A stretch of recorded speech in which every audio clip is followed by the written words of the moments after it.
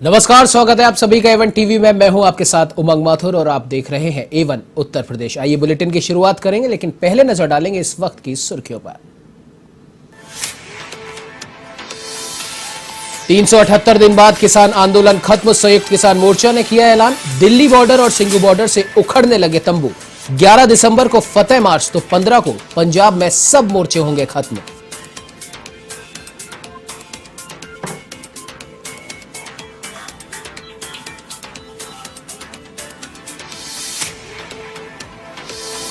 Helicopter हादसे पर मुख्यमंत्री योगी का ट्वीट।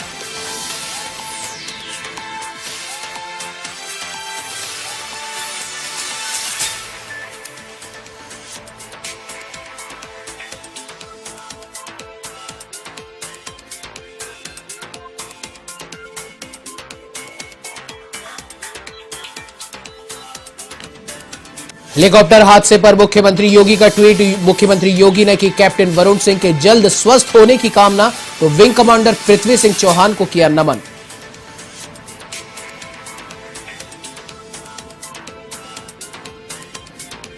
पीएम मोदी 11 दिसंबर को करेंगे सरयू परियोजना का लोकार्पण। मुख्यमंत्री योगी ने बहराइच के गोपिया बैराज में लिया परियोजना का जायजा। केंद्रीय मंत्री धर्मेंद्र प्रधान भी रहे साथ।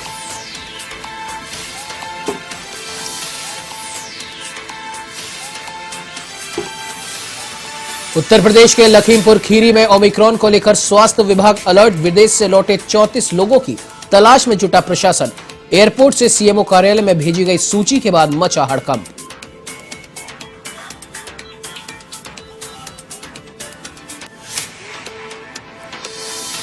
गाजीपुर में एसीबी की कार्रवाई। बहरापुर में लेखपाल को 10,000 रुपए की रिश्वत लेते किया गिरफ्तार। नाली के नाप की एवज में ली थी रिश्वत।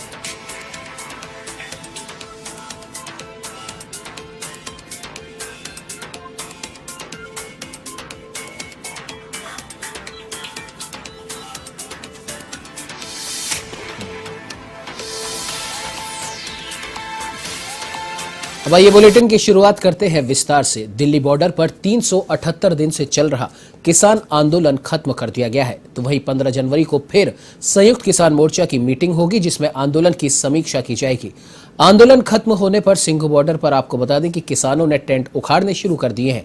इसके अलावा वापसी की तैयारियां भी शुरू कर दी गई हैं। तो वहीं आंदोलन की अगुवाई करने वाले पंजाब के 32 किसान संगठनों ने अपना कार्यक्रम भी बना लिया है, जिसमें 11 दिसंबर को दिल्ली से पंजाब के लिए फतेह मार्च किया जाएगा। सिंघू और टिकरी बॉर्डर से किसान एक साथ पंजाब के लिए वापस रवाना होंगे। 13 दिसंबर को पंजाब के 32 संगठनों के नेता अमृतसर स्थित श्री दरबार साहिब में माथा टेकेंगे। उसके बाद 15 दिसंबर को पंजाब में करीब 116 जगहों पर लगे मोर्चे खत्म कर दिए जाएंगे। हरियाणा के 28 किसान संगठन भी अलग से रणनीति बना चुके हैं। पंजाब और हरियाणा के किसान संगठनों के अलावा सभी नेता अपने संगठनों के साथ मीटिंग कर आंदोलन खत्म करने की बात कह चुके हैं।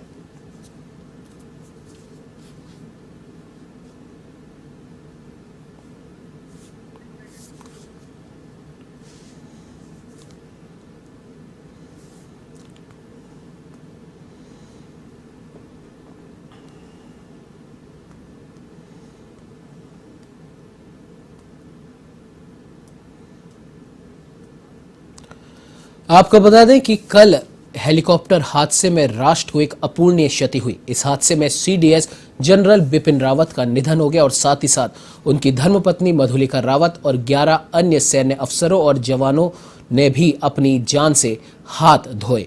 और साथ ही साथ आपको बता दें कि सिर्फ एक कैप्टन वरुण सिंह इस हादसे में जीवित बचे हैं, जिनका इलाज अभी जारी है।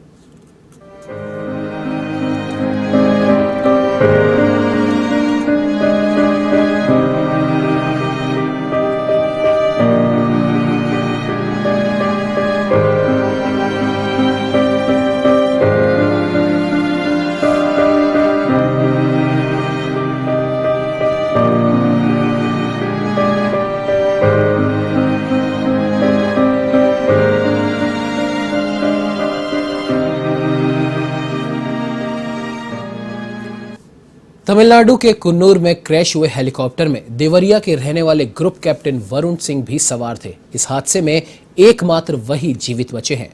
उत्तर प्रदेश की रुद्रपुर कोतवाली क्षेत्र के कन्हौली गांव के रहने वाले वरुण सिंह वायुसेना में ग्रुप कैप्टन हैं।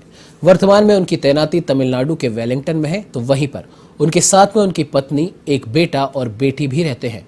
उनके पिता कर्नल केपी सिंह सेना से रिटायर्ड हैं। हादसे की सूचना के बाद गांव में शोक की लहर फैल गई।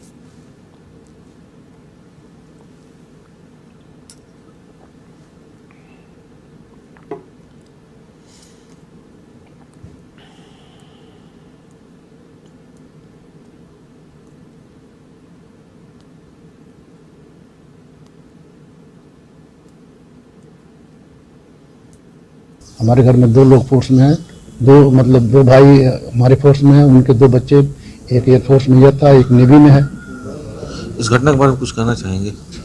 अब घटना दुर्भाग्यपूर्ण है, जिसमें 14 में 13 मारे गए, देश के सर्वोच्च सेनापति मरे हैं, जिसके दुखद, इससे बड़ी घटना क्या हो सकती है। संजोग है, भगवान की कृपा है कि अभी तो बचा हुआ है, 14 में एक ही बचा है। इस घटना की जांच भी होनी चाहिए। भाई तो सरकार का काम है, मिलिट्री में कोई भी घटनाएं होती हैं उनकी जांच होती है, उसकी रिपोर्ट तैयार होती है, जैसी भी प्रक्रिया है वो करेंगे अपना। ठीक। हाँ, हम लोग खुरमा कन्हौली के रहने वाले हैं। वो हमारे गांव के बगलगीर हैं और हम माता जी के वहाँ आए थे पूजा करने के लिए। मतलब किसी तरह से भगवान उनको माता जी बचा दें। हाँ, उनके लिए सारे गांव मिल करके पूजा कर रहे हैं। खुरमा कन्हौली गाँव में हनुमान जी का मंदिर है, माता जी का मंदिर है, उधर भी लोग पूजा कर रहे हैं, इधर भी पूजा लोग कर रहे हैं कि किसी तरह से माँ उनको हनुमान जी की कृपा हो जाए, वो बच जाए। इसके लिए हम लोग अपार कृपा उनकी है कि सारे गांव वाले लोग मिल करके उनके लिए बार बार मंदिर में ये कर रहे हैं कि किसी तरह से बच जाए। आप सिंह हमारे गांव के हैं और हम लोग उनके जल्दी से जल्द ठीक होने के लिए पूजा पाठ हम लोग कर रहे हैं ताकि वह जल्दी से जल्दी आराम हो जाए। क्या नाम है आपका? प्रमोद त्रिपाठी।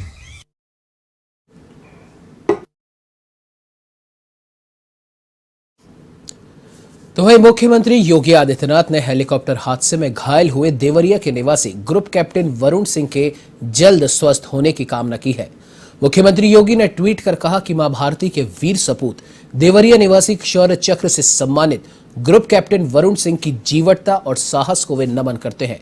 वे प्रभु श्री राम से वरुण सिंह के शीघ्र स्वास्थ्य लाभ की कामना करते हैं।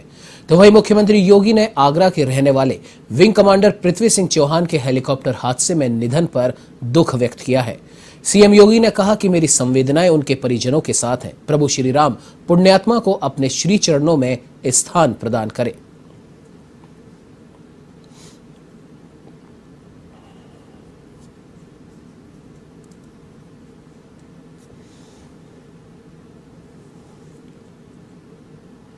तो वही कुन्नूर में सीडीएस बिपिन रावत के साथ हेलीकॉप्टर क्रैश हादसे में आगरा के विंग कमांडर पृथ्वी सिंह चौहान भी शहीद हुए हैं। पृथ्वी सिंह चौहान दयालबाग के सरन नगर के रहने वाले हैं। विंग कमांडर के शहीद होने की खबर पर उनके घर पर अब लोग जमा हुए। घर वालों का रो रो कर बुरा हाल है। पृथ्वी सिंह की 3 बहनें हैं, वो 42 साल के थे। उनकी 12 साल की एक बेटी आराध्या और 9 साल का बेटा है। पृथ्वी ने 6ठी कक्षा में सैनिक स्कूल रीवा में दाखिला लिया था, वहीं से वो एनडीए में सेलेक्ट हुए। सन 2000 में उनकी वायुसेना में ज्वाइनिंग हुई थी। वो कोयंबटूर के पास एयरफोर्स स्टेशन पर तैनात थे।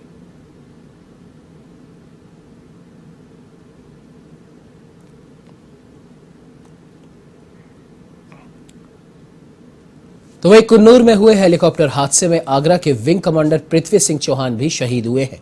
इस हादसे के बाद गुरुवार को डिप्टी सीएम केशव प्रसाद मौर्य शहीद विंग कमांडर पृथ्वी सिंह चौहान के घर पहुंचे और उनके परिजनों से मुलाकात करके शोक संवेदनाएं व्यक्त की। इस दौरान परिजनों को दुख की इस घड़ी में ढांढस बंधाया और विंग कमांडर के निधन पर श्रद्धांजलि अर्पित की।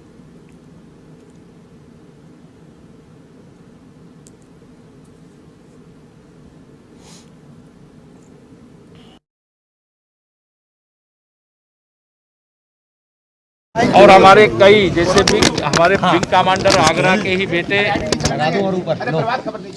पृथ्वी सिंह चौहान जी सहित 13 लोगों के देश के लिए सर्वोच्चतम बलिदान देने का जो समाचार आया, वह मैं समझता हूं कि पूरे देश को स्तब्ध करने वाला रहा है। आज मुझे भी, चूंकि आगरा में कार्यक्रम पहले निर्धारित था, वह कार्यक्रम रद्द करके हम सब यहाँ सीधे परिवार के पास आए हैं।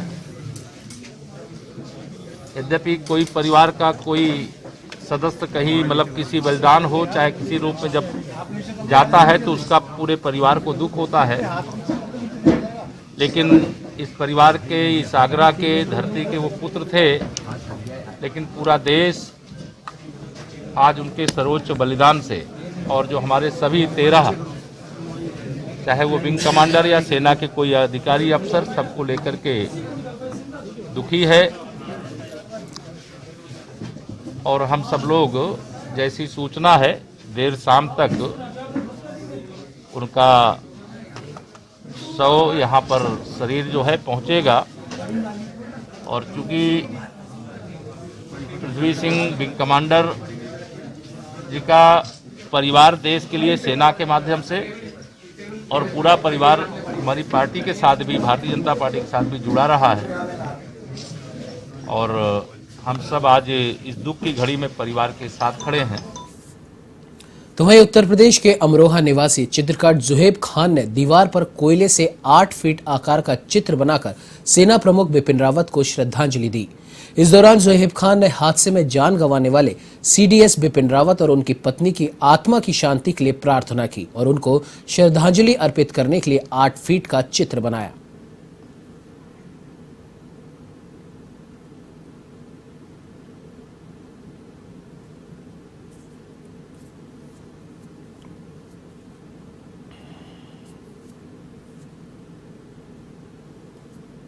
मेरा नाम जुहैब खान है। मैं एक आर्टिस्ट हूँ और उत्तर प्रदेश के शहर अमरोहा में रहता हूँ।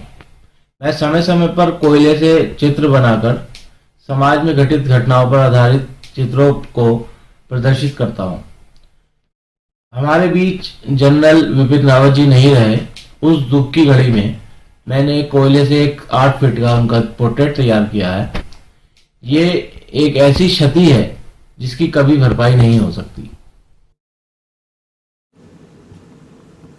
तो वहीं रायबरेली के डिग्री कॉलेज चौराहे स्थित शहीद चौक पर अखिल भारतीय पत्रकार संगठन ने सीडीएस बिपिन रावत को श्रद्धांजलि दी। उसके साथ ही साथी जवानों के निधन पर उन्हें नम आंखों से याद किया। संगठन ने कैंडल जलाकर 2 मिनट का मौन रखा और सभी जवानों को सलाम किया। एबीपीएस के अध्यक्ष डॉक्टर पंकज सिंह ने कहा, सीडीएस रावत सहित अन्य जवानों का जाना देश के लिए एक अपूरणीय क्षति है।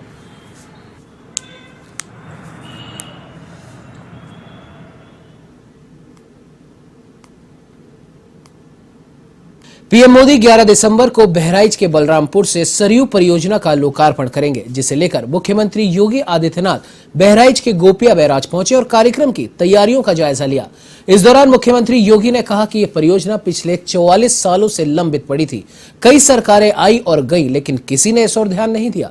साथ ही उन्होंने कहा कि 78 करोड़ की लागत से शुरू हुई परियोजना को पूरा करने के लिए 9,802 करोड़ रुपए खर्च करने पड़े हैं। तो वहीं सरयू परियोजना शुरू होने से 9 जिलों के तकरीबन 30 लाख से भी ज्यादा किसान लाभान्वित होंगे।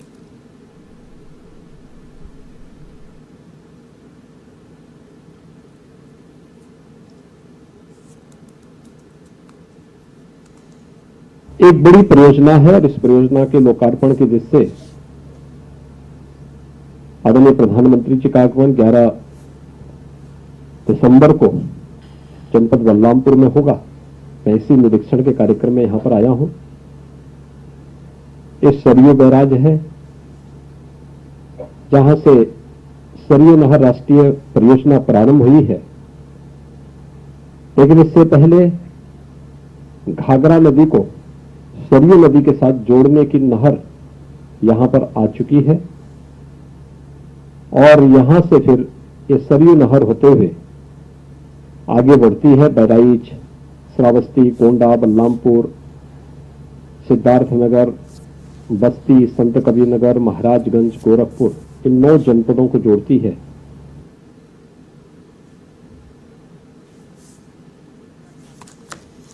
तो वहीं मुख्यमंत्री योगी आदित्यनाथ गोरखपुर के 2 दिवसीय दौरे पर रहेंगे, जहां वे कल महाराणा प्रताप शिक्षा परिषद के संस्थापक सप्ताह समारोह के समापन कार्यक्रम की अध्यक्षता करेंगे। इस दौरान उनके साथ मुख्य अतिथि के तौर पर केंद्रीय शिक्षा मंत्री धर्मेंद्र प्रधान भी मौजूद रहेंगे। फिलहाल केंद्रीय शिक्षा मंत्री धर्मेंद्र प्रधान का प्रोटोकॉल नहीं आया है। बता दें कि सीएम योगी महाराणा प्रताप शिक्षा परिषद के पदाधिकारियों के साथ परिषद के समापन समारोह की तैयारियों की मंदिर में समीक्षा बैठक करेंगे। सीएम इस दौरान विकास परियोजनाओं और खिचड़ी मेले की तैयारियों का भी जायजा लेंगे। मंदिर में ही रात्रि विश्राम के बाद शुक्रवार को वे जनता दर्शन में शामिल होंगे और साथ ही महाराणा प्रताप शिक्षा परिषद के समापन समारोह में भी हिस्सा लेंगे।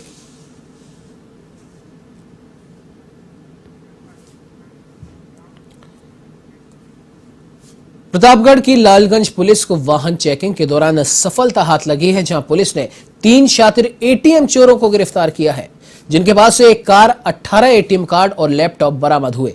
तो वहीं पकड़े गए चोरों पर पहले से 6 मुकदमे दर्ज हैं। फिलहाल पुलिस आरोपियों से पूछताछ कर रही है।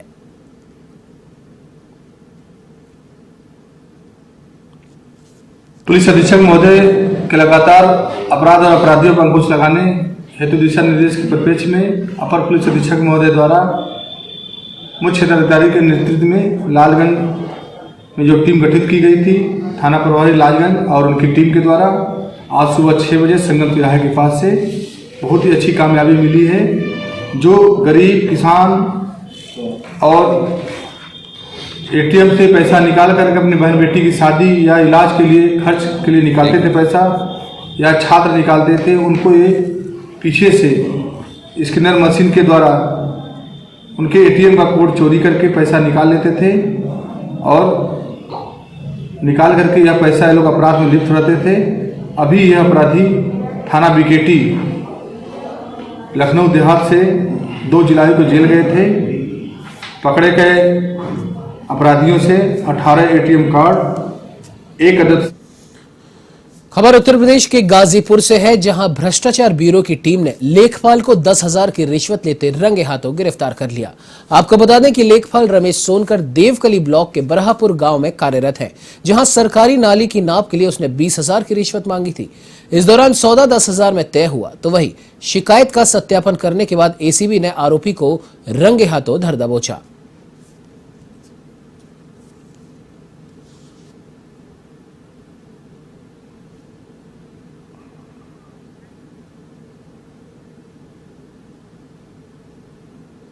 शिकायतकर्ता द्वारा जो है वो प्रार्थना पत्र फिर जो है क्षेत्रीय लेखपाल रमेश सोनकर के पास पहुंचा।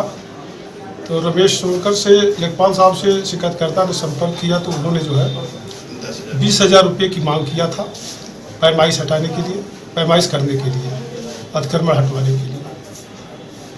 तो उसने अपने गरीबी का हवाला वाला दिया। उसके बाद कहे कि 10,000 रुपया से कम में नापी नहीं हो पाएगी। इस बात की शिकायत वो आके हमारे यहाँ 6/11/21 को 6/12/2021 को भ्रष्टाचार निवारण समिति की वाराणसी इकाई पर एक शिकायती प्रार्थना पत्र दिया, जिस पर जो है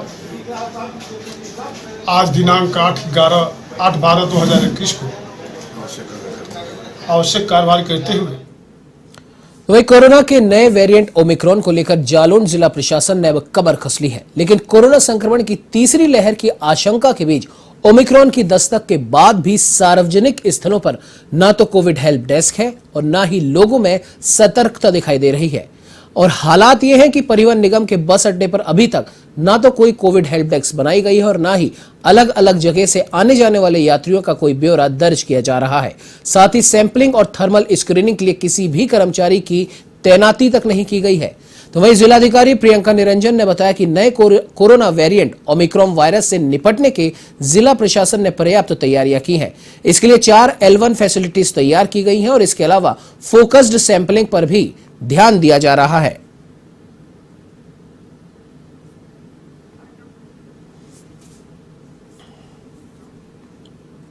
इस बुलेटिन में फिलहाल इतना ही। देश प्रदेश की तमाम बड़ी खबरों की जानकारी के लिए आप बने रहिए हमारे साथ और देखते रहिए A1 टीवी। नमस्कार।